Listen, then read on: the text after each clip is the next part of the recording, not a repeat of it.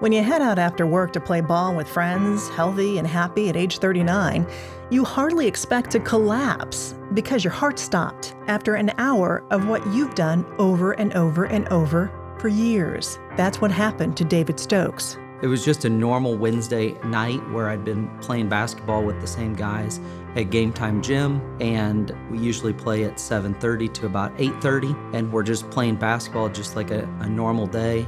And it turned into something definitely abnormal of what happened, and I collapsed on the basketball court. It was a rec league soccer game, and we were just sitting on the sidelines waiting for our game to start and watching the other game finish up. I was like, hey guys, let's play one more game.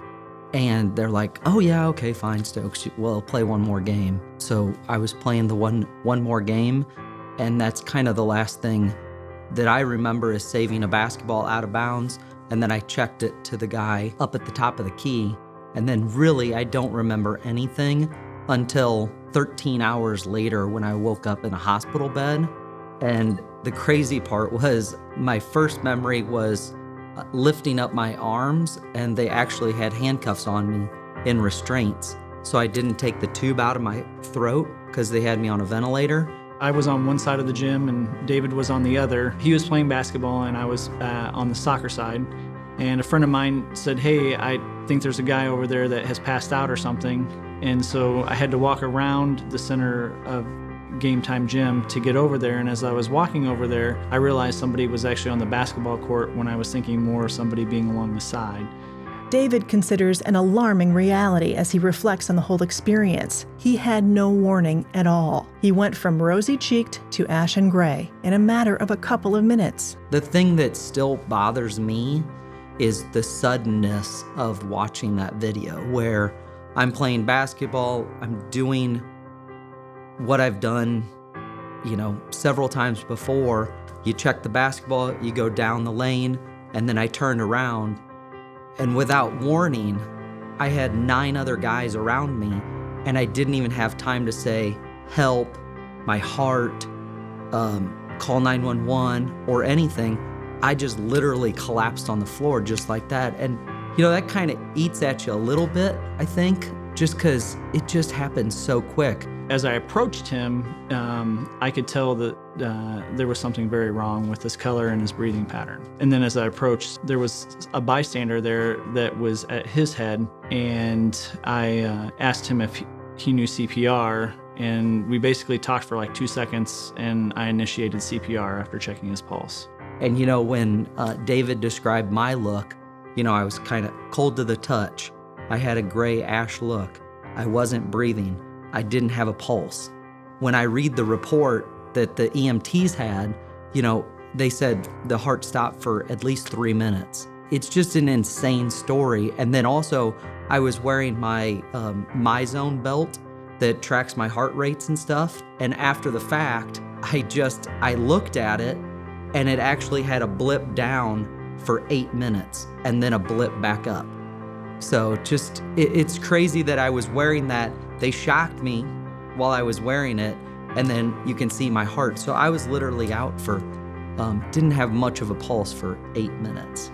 Hammond is a full-time nurse anesthetist and has used CPR approaching 100 times at his job.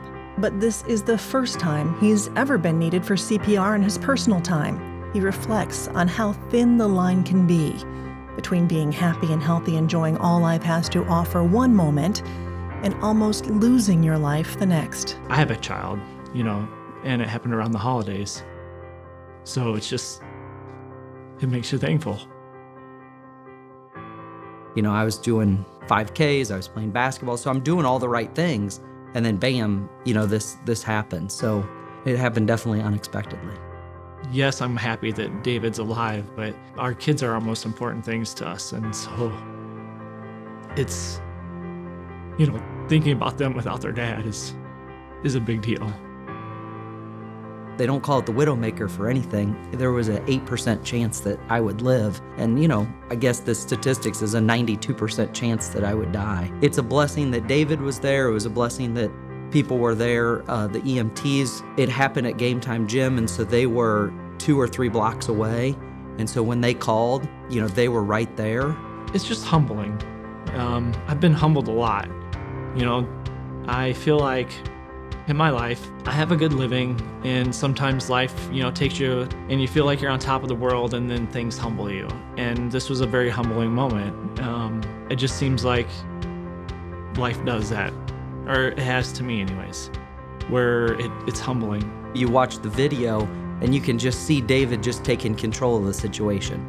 Like all the other people, they're great people that were there, but they're not trained and they just had no idea what to do. Make sure that people around you, you tell them you love them and you hang out with your friends and take time for you to really enjoy life. Because if you're saying, oh, I'll do it tomorrow or the next day, it might not come. And quite frankly, the craziest thing about the whole story to me, again, is just you watch the video, I'm playing basketball, and bam, I die.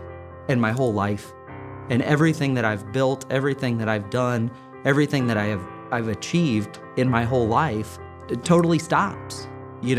I think life is so precious, and I'm a financial advisor. I work for Edward Jones. I also farm. And so if it would have happened out on the farm, I would have probably been dead. That's one absolutely crazy thing about it. But the other thing is, I think people, just like being a financial advisor, we always think, let's plan for the future, let's plan for the rainy day funds and all that stuff. But I think you also need to plan for today and just enjoy and live like today is one of your last days.